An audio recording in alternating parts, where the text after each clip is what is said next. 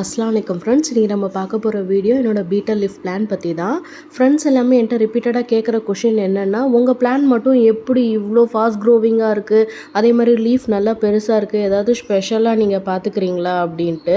ஸ்பெஷலாலாம் அதை நான் எதுவும் பார்த்துக்கல. ஆனால் ஒரு விதத்தில் இது எனக்கு ஸ்பெஷலான பிளான்ட்டு தான். ஏன்னா நான் இது ஒரு குட்டி நர்சரியில் குட்டியாக வாங்கின பிளான்ட் இது. அப்போ எனக்கு தெரியாது இதெல்லாம் நான் பார்க்க போகிறேன் அப்படின்னு சொல்லி. ஏன்னா அவ்வளோ ஸ்பெஷல் மூமெண்ட் இந்த பிளான்ட் கொடுத்துச்சு. அதுக்கு ரீசன் என்னென்னா, ஒரு பேர்டு. அந்த பேர்டு இந்த பிளான்ட்டில் தான் நெஸ்ட்டு வச்சு அதில் எக்ஸ் போட்டு அது அழகாக குட்டி குட்டி பேர்டாகி அது பறக்கிற வரைக்குமே அந்த ஜேர்னி எல்லாத்தையுமே நான் என் கிட்ஸ் எல்லாமே பார்த்தோம். அந்த ஹேப்பன் நடந்துச்சு. அதுக்கு நான் கண்டிப்பாக ஸ்பெஷல்னு தான் சொல்லுவேன்.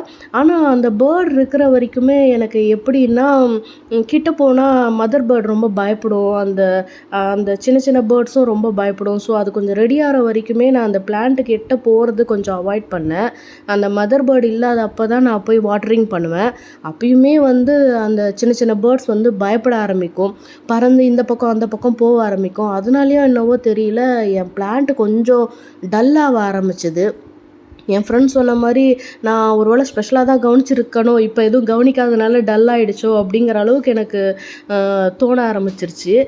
ஏன்னா பேர்ட்ஸ் பயப்படுங்கிறதுனால நான் அடிக்கடி போய் பார்த்துக்கிறது, மெயின்டைன் பண்ணுறதெல்லாம் குறைச்சிட்டேன். ஏன்னா பேர்ட்ஸ் பயப்படுது, அது முதல்ல ரெடி ஆகட்டும், அது பறக்க பழகட்டும் அப்படின்னு சொல்லி நான் அது பக்கமே போகிறத நிறுத்திட்டேன். அதனால என் பிளான்ட் என்ன ஆகிடுச்சுன்னா ரொம்ப டல் ஆகிடுச்சு. வாட்டரிங் கம்மியாயிடுச்சு, ஃபெர்டிலைசர் கம்மியாயிடுச்சுங்கிறதுனால அந்த க்ரோத் அப்படியே ஸ்டாப் ஆகி எனக்கு எப்படின்னா, என் பிளான்ட் அப்படி பார்த்துட்டு இப்போ இந்த மாதிரி பார்க்க எனக்கு அவ்வளோ கஷ்டமாக இருந்தது. லீஃப் எல்லாம் கருகி ஒரு மாதிரி வாடி வெறும் ரூட் மட்டும்தான் இருக்குது, ரூட்டு ஸ்டெம் மட்டும்தான் இருக்குது. லீஃப் எல்லாமே சுருங்க ஆரம்பிச்சிருச்சு. எனக்கு என்ன ப்ராப்ளம்னே தெரியல.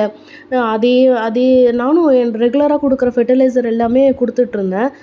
பட் என்ன ப்ராப்ளம்னே தெரியல. சரி இதுக்கு மேலேயும் விட்டோன்னா என் பிளான்ட் சுத்தமாக போயிடும் அப்படின்னு சொல்லிட்டு, சரி நம்ம ரீபாட்டிங் பண்ணிடலாம் அப்படின்னு சொல்லிட்டு நான் என்ன பண்ணேன்னா, பேர்ட்ஸ்லாம் கம்ப்ளீட்டாக போனதுக்கப்புறமேட்டா நான் என் பாட்டை ரீபாட் பண்ணேன், மண் கலவையை மாற்றினேன்.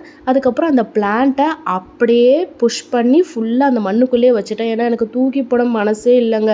அது காஞ்சி வாடி போனாலும் பரவாயில்ல, அது மண்ணுக்குள்ளேயாவது இருக்கட்டும் அப்படின்னு சொல்லிட்டு நான் அப்படியே போட்டுட்டு அது மேலேயே என்னோடய பாட் மிக்சிங் மண் எல்லாத்தையுமே போட்டேன். பட் மாஷாஅல்லாஹ் எனக்கு இப்போ கூட எனக்கு ரொம்ப அமேசிங்காக இருக்குது. அதுலேருந்து குட்டி குட்டி குட்டியாக பிளான்ட் வர ஆரம்பிச்சிருச்சு. அது அந்த மொத்த பிளான்ட்டை நான் உள்ளே வச்சது நல்லதாகிடுச்சு, நான் தூக்கி போடாமல். எனக்கு இப்போ அந்த நியூ பிளான்ட் வரதை பார்த்து எனக்கு ரொம்ப ஹாப்பி. ஏன்னா திருப்பியும் அந்த பிளான்ட் வந்த மாதிரியே எனக்கு ஒரு ஃபீலாக இருக்குது. இப்போ அதே நார்மலாக நான் எப்பயும் கொடுக்குற ஃபெர்டிலைசரு, நார்மலாக நான் உங்களுக்கு என் வீடியோஸ் ரெகுலராக பார்க்குறவங்களுக்கு தெரியும், நான் அரிசி தண்ணி இருக்குது தெரியுமா, நம்ம சாப்பாட்டுக்கு வைக்கிறோம்ல அரிசி, அந்த அரிசி, அப்புறம் மாவரைக்க வைக்கிற அரிசி, அந்த தண்ணியை தான் நான் ரெகுலராக தருவேன். வேறு எதுவும் ஸ்பெஷலாலாம் இல்லை. அப்புறம் மஸ்டர்ட் கேக்கு, நீம் கேக்கு, இதெல்லாம் நம்ம பிளான்ட்ஸ்க்கு தருவோம் தெரியுமா, அதுதான் தருவேன். இதுக்கு ஸ்பெஷலாக அந்த மாதிரிலாம் இல்லை. எல்லா பிளான்ட்ஸ்க்கும் எந்த மாதிரி பண்ணுறோனோ அந்த மாதிரி தான் பண்ணுவேன். பட் இதில் ஒரே ஒரு சீக்ரெட் இருக்குது. என்னன்னா, ரொம்ப சன்லைட்டும் சரி, ரொம்ப டார்க்னஸும் சரி, அந்த மாதிரி இருக்கிற இடத்துல வைக்கக்கூடாது. ஓரளவுக்கு சூரிய வெளிச்சம் வர மாதிரி வைக்கணும். அதுக்குன்னு சூரிய வெளிச்சம் வராமல் இருக்கிற மாதிரியும் வைக்கக்கூடாது. அந்த மாதிரி வச்சா இதோட க்ரோத் கொஞ்சம் லூஸ் ஆகுது. அதை நானே பார்த்துருக்கேன். அதனால தான் அது மட்டும்தான் இதோட சீக்ரெட்டுன்னு சொல்லலாம். மற்றபடி இதுக்கு இன்னும் ஸ்பெஷல்லாம் இல்லை. கொஞ்சம் கேர் எடுத்து பார்த்துக்கிட்டா போதும். உங்கள் பிளான்ட்டும் இந்த மாதிரி நல்லா ஃபாஸ்ட் க்ரோவிங்காக இருக்கும். என் வீடியோ ரெகுலராக பார்க்குறவங்களுக்கு தெரியும் நான் என்னென்ன ஃபெர்டிலைசர் யூஸ் பண்ணுறேன். நீங்களும் ட்ரை பண்ணிவிட்டு ரிசல்ட் எப்படி இருக்குன்னு சொல்லுங்கள் ஃப்ரெண்ட்ஸ். தேங்க்யூ.